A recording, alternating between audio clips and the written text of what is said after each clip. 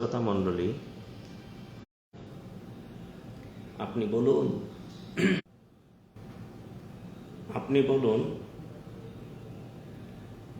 আমানতু বিল্লাহ সুম্মা ইসতাকিম।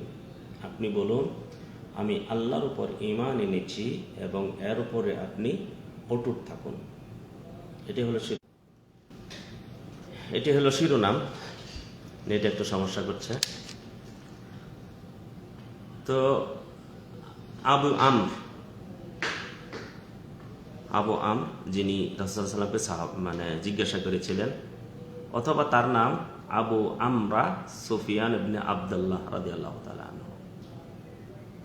এই সাহাবী রাদিয়াল্লাহু তাআলা আনহু রাসূলুল্লাহ সাল্লাল্লাহু আলাইহি সাল্লামকে জিজ্ঞাসা করলেন, কুলতু ইয়া রাসূলুল্লাহ, হে আল্লাহর রাসূল, কুল্লি ফিল ইসলামে কাউলান, আপনি ইসলামে এমন একটি বাক্য আমাকে শিক্ষা দিন, এমন কিছু শিক্ষা দিন, এমন কথা আমাকে বলুন, লা আসআলু আনহু আহাদান গায়রাকা, আপনি ছাড়া যেন আর কাউকে জিজ্ঞাসা না করতে হয়, আর কাউকে জিজ্ঞাসা করব না।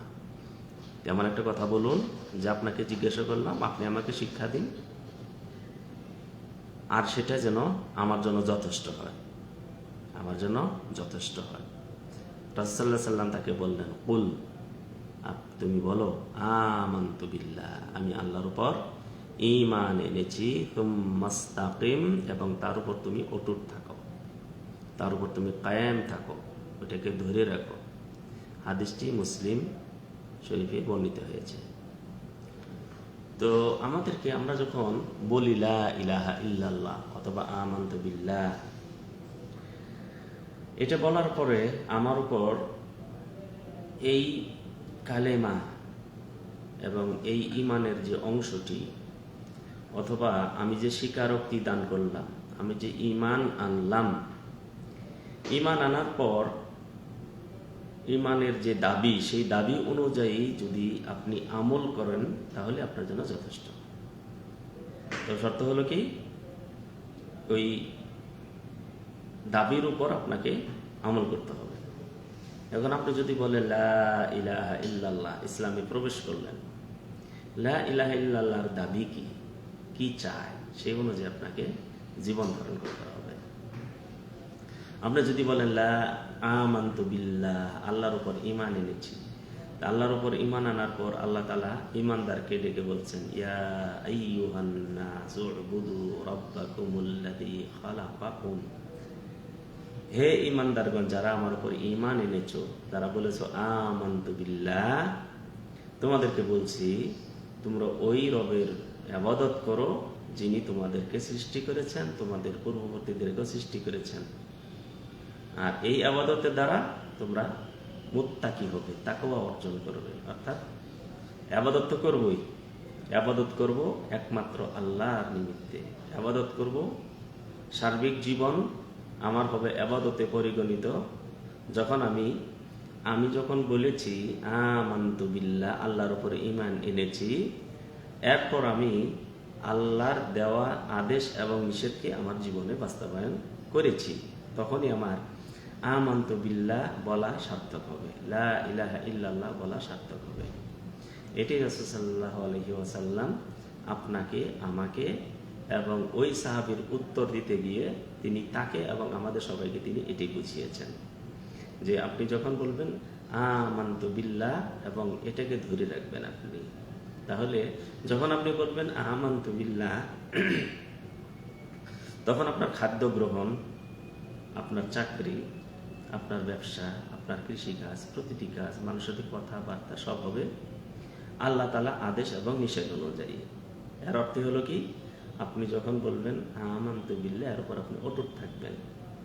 ফজরের সালাত আপনাকে যখন বলছেন আমানতু বিল্লাহ, এই আমানতু বিল্লাহ বলাটাই আপনাকে ফজর সালাতে জাগিয়ে তুলবে। আপনি যখন বিবাহ করতে যাবেন আমানতু বিল্লাহ, এই অনুযায়ী আল্লাহর আদেশ এবং নিষেধ অনুযায়ী আপনার বিবাহ বন্ধনে আবদ্ধ হবে। আপনার প্রতিটি কাজ, প্রতিটি নিঃশ্বাস, এমনকি আপনি টয়লেটে যখন যাবেন, তখনও আপনার কোন দাবি অনুযায়ী টয়লেটে যাবেন, আল্লাহ তাআলা নির্দেশ অনুযায়ী। যেন আপনি বলেছেন আমানতু বিল্লাহ, আপনি কথা বলবেন, বন্ধুত্ব স্থাপন করবেন, আপনি কারোর সাথে বন্ধুত্ব নষ্ট করবেন কার উপর ভিত্তি করে? আমানতু বিল্লাহ।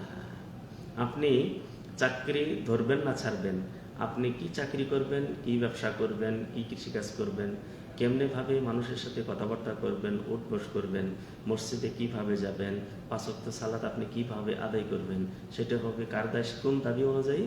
আমানতু বিল্লাহ।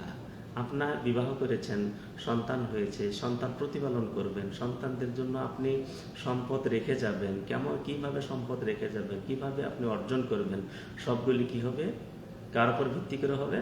আমানতু বিল্লাহ, আমি আল্লাহর উপর ঈমান এনেছি, এই অনুযায়ী আপনার সবকিছুই হবে। তাহলে আপনার সার্বিক জীবন যদি আপনি আমানতু বিল্লাহ এর উপর নির্ভর করে আপনি জীবন পরিচালনা করতে পারেন, তাহলে আপনার মৃত্যুটা হবে কার উপর? আমানতু বিল্লাহ।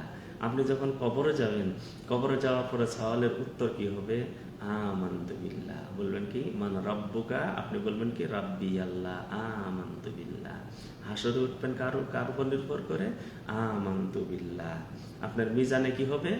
আমানতু বিল্লাহ। আপনার সিরাতে কি হবে, যেটাকে আপনারা পুলসিরাত বলি, কি হবে? আমানতু বিল্লাহ। জাহান্নামের দরজা বন্ধ হবে কার উপর নির্ভর করে?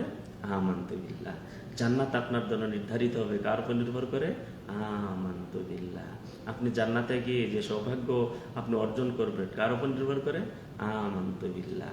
আপনি যে আরশের নিচে স্থান পাবেন কিয়ামতের দিন, সেই ভয়াবহতার সময় কার উপর নির্ভর করে? আমানতু বিল্লাহ। আপনি যে কিয়ামতের দিন নবীদের সাথে আপনার হাসর হবে, নবীদের কাতারে থাকবেন, নবীদের এলাকাতে থাকবেন, যে এলাকা নবীরা থাকবেন তাদের সাথে থাকবেন, যেই নবী যারা শহীদদের কাতারে থাকবেন, তারপরে আপনি সিদ্দিকদের কাতারে থাকবেন, সালিহিন কাতারে থাকবেন, কার উপর নির্ভর করে?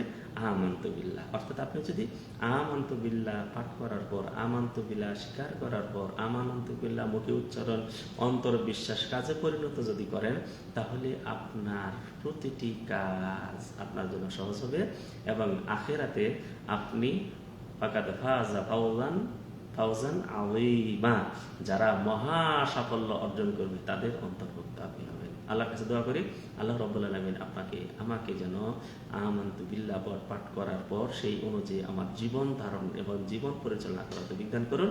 আল্লাহ তাআলা আমাদের সবাইকে তৌফিক দান করুন। আসসালামু আলাইকুম ওয়া রাহমাতুল্লাহি ওয়া বারাকাতুহু।